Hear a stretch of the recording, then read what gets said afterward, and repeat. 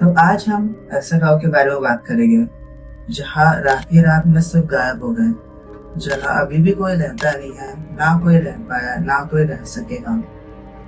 तो आज हम बात करेंगे राजस्थान के थार डेजर्ट में, जैसलमेर से लगभग 18 किलोमीटर दूर कुलधरा गाँव के बारे में। स्वागत है आपका हमारे चैनल में। आज के वीडियो में हम जानेंगे एक ऐसे गांव के बारे में जिस गांव का नाम है कुलधरा। कहानी की शुरुआत होती है 13वीं शताब्दी से, जब एक कन्हा नाम के व्यक्ति यहाँ पे आके इस गांव को बसाया था। धीरे धीरे करके यहाँ पे सब आने लगे। जो यहाँ पे आते थे वो पाली ब्राह्मण है, इसलिए इन्हें पालीवाल ब्राह्मण नाम दिया गया। और ये लोग पानी बचाने में और खेती करने में बहुत ज्यादा माहिर थे। इन लोगों ने एक ऐसी जगह पे खेती उगाई जहाँ पे ना कुछ उग सके। थार डेजर्ट एक ऐसा डेजर्ट है जहाँ पे कुछ भी नहीं हो सकता। रेगिस्तान में ना ही ज्यादा बारिश होती है ना ही कुछ होता है। वहाँ पे उन लोग ने कड़हान सिस्टम का यूज करके बारिश का पानी बचा बचा के उस जमीन को उपजाऊ बनाया था। वहाँ पे वो खेती फसलें चना वगैरह उगाते थे साल में। यहाँ लगभग 410 घर थे। एक बड़ा मंदिर था, गलियां और सड़कें थे। इस गांव के चारों तरफ दीवारें भी थी। वे बहुत मेहनती थे। वे खेती करके अपना जीवन जीते थे। तो सवाल ये उठता है कि इतना अच्छा गांव, इतना खुशहाल गांव क्यों रात ही रात चले गए सब लोग वहां से। और हाथों से घर बनाए हुए, हाथों से अपने हाथों से कुआं बनाया हुआ और अपने हाथों से जो जमीन को लोगों ने उपजाऊ किया वो जमीन को क्यों सब छोड़ के चले गए। सबसे पहली कहानी है सलीम सिंह की कहानी। उस समय जैसलमेर एक प्रिंसली डिस्ट्रिक्ट था। वहाँ प्रिंसों का राज चलता था, पर एक जन था जो प्रिंस भी हुआ था। वो था सलीम सिंह मंत्री। सलीम सिंह की कोई भी बात नहीं सुनता था तो उसे मौत की घाट उतार देता था। उसने टैक्स के प्राइस में बहुत ज्यादा बनाया था। वो बहुत ज्यादा क्रूर था। बट इसकी ये कहानी भी एक ट्रेजेडी से शुरू होती है। जो सलीम सिंह के पिता थे उन्हें सबके सामने मार दिया गया था इस जंग की वजह से। और तभी सलीम सिंह खाली 11 साल के थे।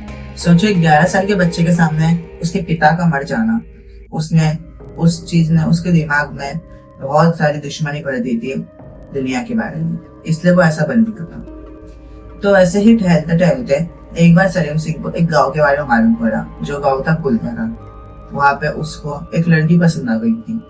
तो सलीम सिंह क्या कहता है लोग से कि मेरी इससे शादी करा दो, नहीं तो फिर मैं उसको जबरदस्ती उठा के लेके चले जाऊंगा या फिर मैं इस गाँव को जला दूंगा। तो तभी गाँव वालों के पास खाली 2 ऑप्शंस थे। एक कि सलीम सिंह से लड़ना, वो पॉसिबल नहीं था कि कुलधरा वाले लोग के पास उनकी खुद की कोई सेना नहीं थी। दूसरी की लड़की वापस करना, लड़की मतलब सलीम सिंह को दे देना। बट ये चीज से गांव वाले नहीं माने और गांव वालों ने ऐसा ऑप्शन चुना जिसकी कभी सलीम सिंह ने भी नहीं सोचा होगा, ना कि किसने सोचा। वो गांव वालों ने अपनी इज्जत बचाने के लिए रातों रात अपना ही बनाया हुआ घर छोड़ के चले गए।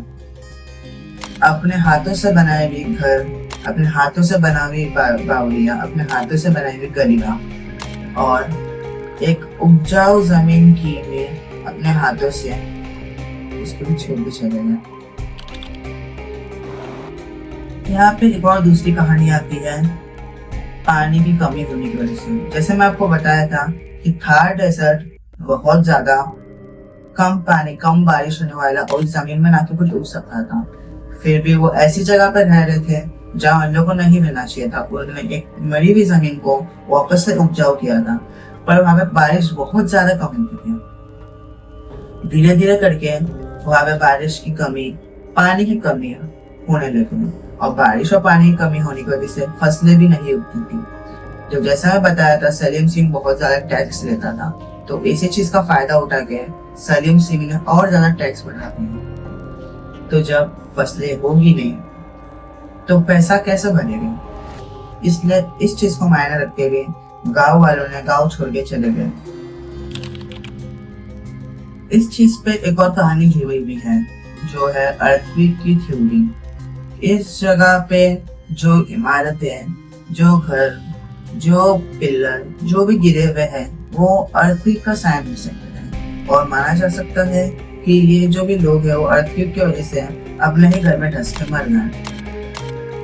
पर उस साल में कोई अर्थक्वेक नहीं था, और अगर इतना बड़ा अर्थक्वेक आता तो फिर दीवारें भी नहीं बचती, पर अभी भी वहाँ पे दीवारें, पिलर्स कुछ कुछ जुड़े हुए हैं। हम इन तीनों में से भी कोई कहानी को सच्ची नहीं मान सकते। इस चीज के ऊपर बहुत सारी बड़ी बड़ी कहानियां जुड़ी हुई हैं, पर इनमें से अभी तक कोई सच्ची नहीं मानी जा सकती है। अभी तक ये नहीं मालूम कर पाए कि वहां पे सब रातों रात क्यों गायब हुआ, या फिर हो सकता है कि इन तीनों में से कोई कहानी सच्ची हो। उस जगह पे बहुत ज्यादा भूतों की भी कहानी आती है। वहाँ पे बहुत सारे भूत देखे गए हैं, वहाँ पे खाना बनने की स्मेल आती है। तो पूरा बंजर एरिया है, आज भी आप जाओ ना तो कभी कभी लोग कहते हैं कि खाने बनने की स्मेल है। वहाँ पे एक सर कटा भूत भी बहुत ज्यादा फेमस हुआ था। एक आदमी देखा तो उसका सिर है ही नहीं, बिल्कुल है। वहाँ पे कोई भी अपनी गाड़ी रात को लेकर जाता था तो गाड़ी के फ्रंट मिरर पे बच्चों के हाथ के निशान आने लग जाते थे, जबकि कि वहाँ पे एक भी बच्चा नहीं और एक भी इंसान नहीं था। वहाँ पे तो रात को किसी को जाना अलाउड भी नहीं है। और माना जाता है सलीम सिंह वाली कहानी में गांव वालों ने एक ऐसा रिचुअल किया वहाँ पे जिससे वहाँ पे ना कोई रह पाएगा ना कोई बच पाएगा। तो ये भी माना जा सकता है कि वहाँ पे कोई शक्तियाँ उस जगह का ध्यान रख रही है और वहाँ पे किसी को रहने नहीं दे रही।